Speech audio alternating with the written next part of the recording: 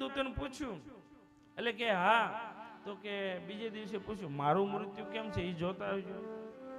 તો કે એવું ન જોઈએ. તો કે ના ના કયો ને એમાં કઈ, હવે તમારા બેવું શું ડર લાગે.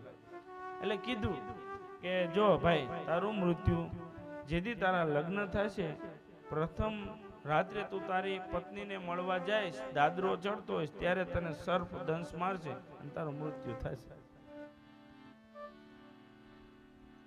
નક્કી થયું.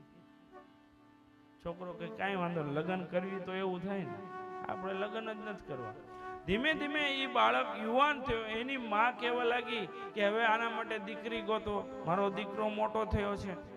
અને દીકરાને પરણાવવાની સૌથી ઉતાવળ એની માને હોય.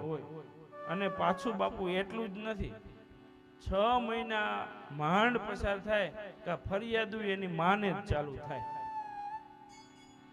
પેલા એટલું હરખ હોય વાત.